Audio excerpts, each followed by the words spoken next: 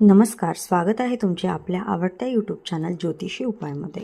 आपण मागील भागात पाहिलं की वास्तुपुरुष जर चुकीच्या योग्य दिशा कुठली व चुकीच्या दिशा कोणत्या, तर योग्य दिशा ही आग्नेय कोपरा आहे.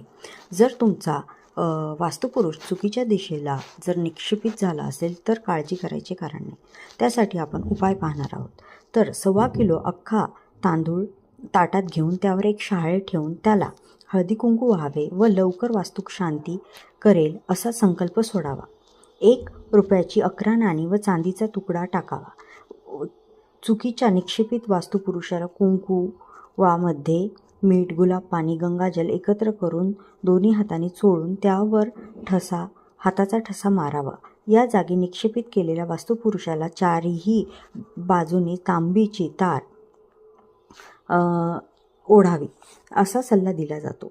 जर तुमच्याकडून हे करणं शक्य असेल करून घ्यावी किंवा लवकरच वास्तू शांती करून परत योग्य ठिकाणी वास्तुपुरुष हा निक्षेपित करावा. म्हणजे तुम्हाला तुमच्या वास्तूमध्ये चांगला आनंद, पैसा मिळायला मदत होईल व आरोग्यपूर्ण आयुष्य तुम्ही जगू शकाल. यश, कीर्ती प्राप्त व्हायला लागेल. व्हिडिओ आवडला असेल लाईक करा, शेअर करा आणि चॅनलला सबस्क्राईब करा. धन्यवाद.